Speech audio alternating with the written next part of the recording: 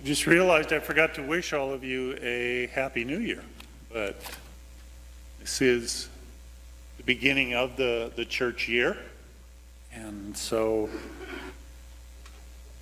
we begin the year. Some of you might draw the conclusion, wow, okay, so I'm starting the new year with Christmas. Usually I end my year with Christmas, but, well, it's not Christmas yet.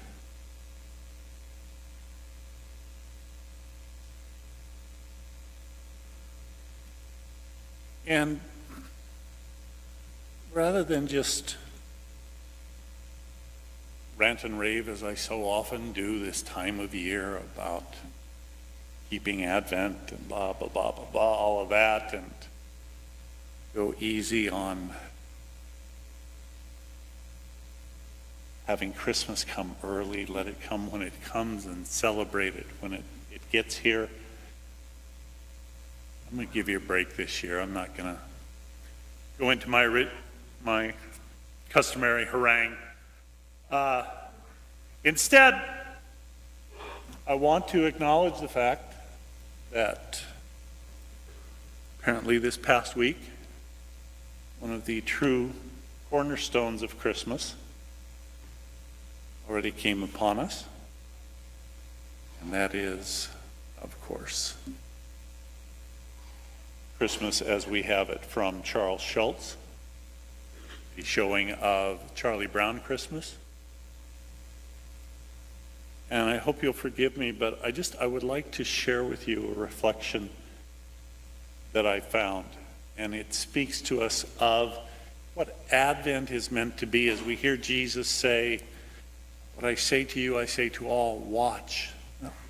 Watch for what, Lord? So I'm just going to, usually I don't like to just read things straight through, but I like what this reflection has to say. I don't really know what I want for Christmas.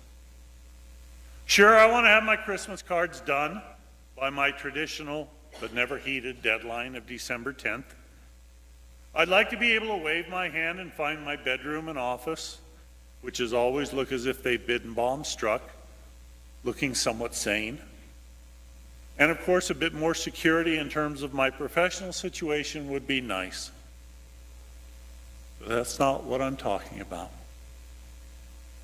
They say this time of year is blessed and special, but the older we get, the harder it becomes to see that amidst our frenzied gift buying, the drama, or the pain of loss or loneliness that the holidays often bring hauntingly back.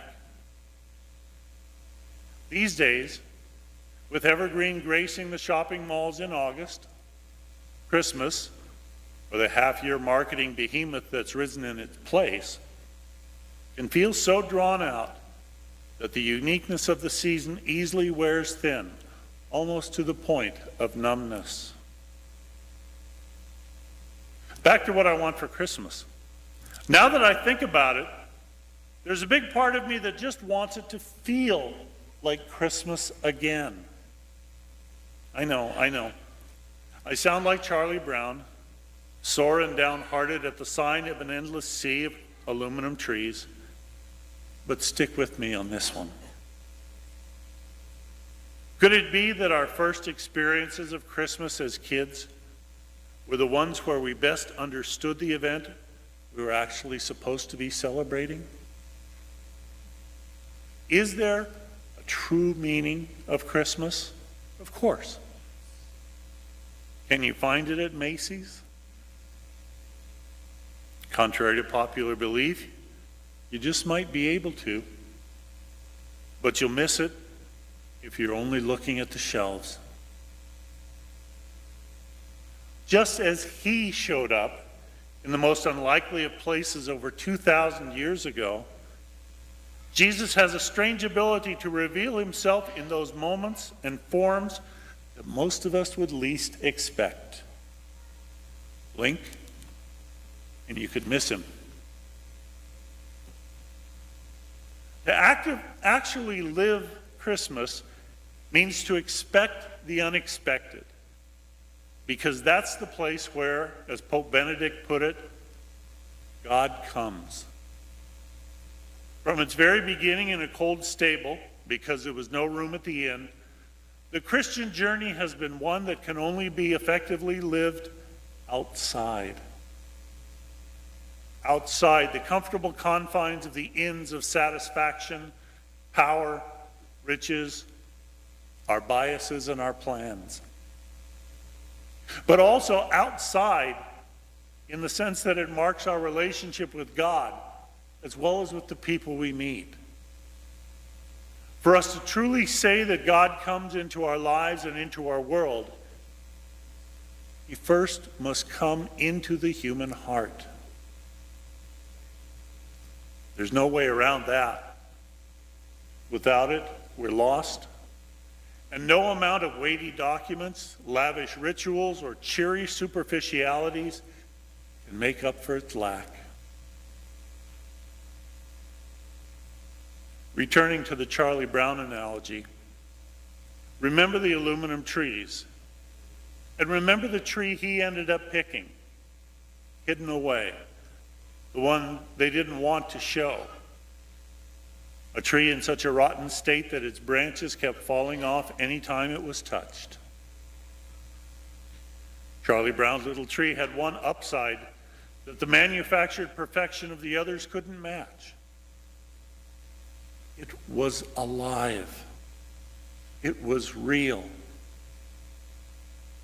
And its reality, its vulnerability, is what gave him the hope to truly experience Christmas.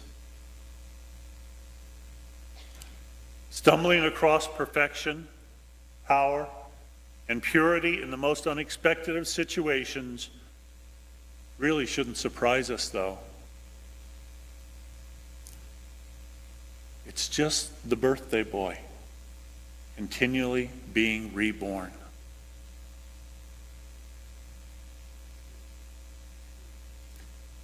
May this Advent season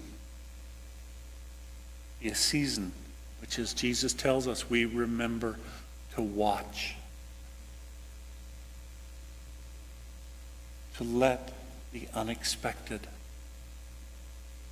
the surprise, the different have a place in our hearts. A little bit unsettling,